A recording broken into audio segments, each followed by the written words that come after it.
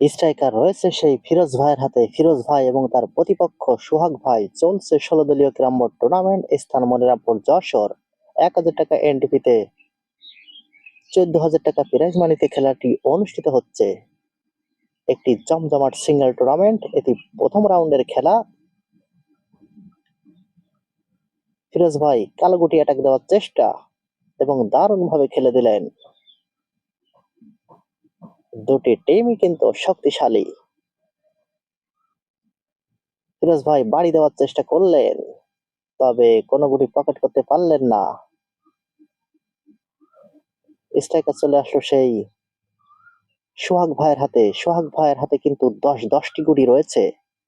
পারবে কি এখান থেকে ১০টি গুটি খেলে ফিনিশিং দিতে সোহাগ ভাই? সোহাগ ভাই কিন্তু যশোর জেলার একটি নামি দামি প্লেয়ার। দুটি গুটি খেলে দিলেন। এবার চাবি দেওয়ার চেষ্টা করবেন, নাকি ইজি খেলবেন, নাকি টান দিবেন?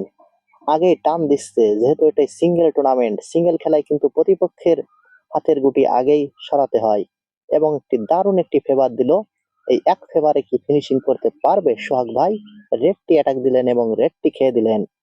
এখনো কিন্তু তিনটে চাবি তার হাতের নাগালে রয়েছে, তবে ইজি কভার কমপ্লিট করে ফেললেন। এখনো দুটো চাবি রয়েছে। পারবে কি দুটো চাবি দিয়ে ফিনিশিং দিতে সোহাগ ভাই?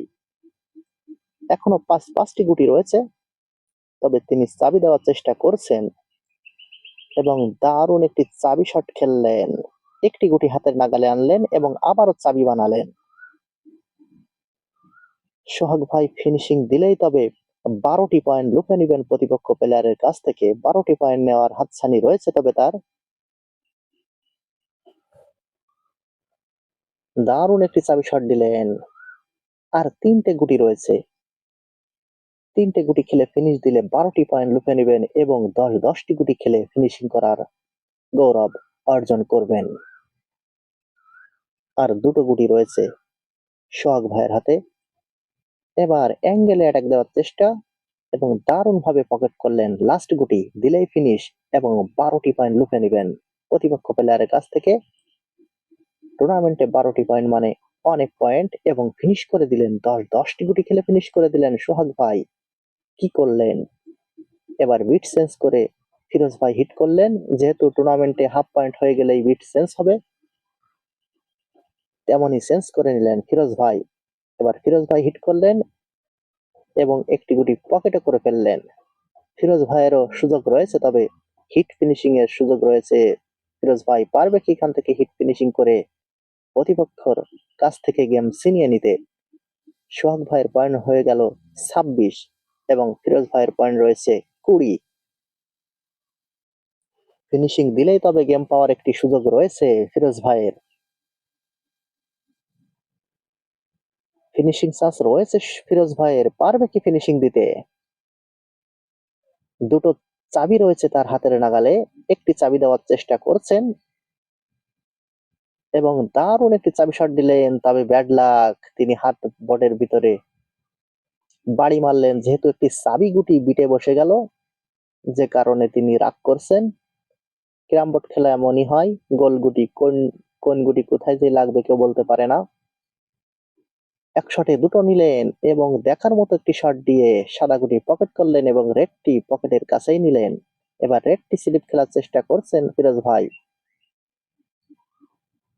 এবং দারুণ ভাবে রেডটি পকেট করলেন। দেখার মতো একটি শট দিলেন ফিরোজ ভাই। এখনো চারটি গুটি রয়েছে, তবে ব্যাড লাক, গুটি বিটে বসে না গেলে তবে ফিনিশ চান্স ছিল তার। এবার ইজি কাভার দেওয়ার চেষ্টা, চমৎকার ভাবে কাভারটি কমপ্লিট করে ফেললেন। আর তিনটে গুটি রয়েছে। এবার অ্যাঙ্গেলে দুটো খেলার চেষ্টা, যেহেতু কালো গুটি না সরালে পকেট করতে পারবে না পরের গুটি, তবে তিনি মিস করে ফেললেন, ফিনিশিং করতে পারলেন না। স্ট্রাইকার সোহাগ ভাইয়ের হাতে। সোহাগ ভাই টানা গুটি খেলে দিলেন।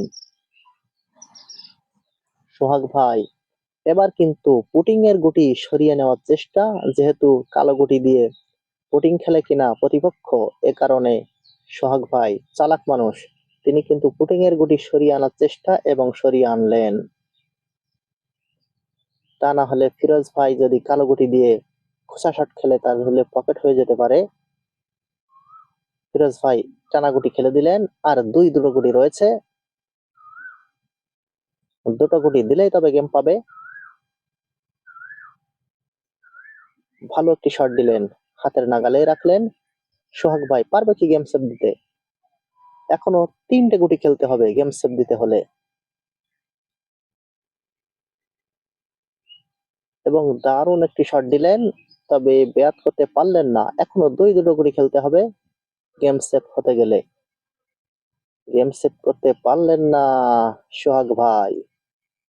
ফিরোজ ভাই দুটো গুটি দিলেই তবে গেম হবে। গেম চান্স রয়েছে, তবে পকেট করতে হবে। ওয়াও, ব্যাড লাক, তিনি কিন্তু পকেট করতে পারলেন না। সোহাগ ভাই আরেকটি গুটি খেললে গেম সেভ হবে, এবং তিনি গেম সেভ করতে পারলেন না।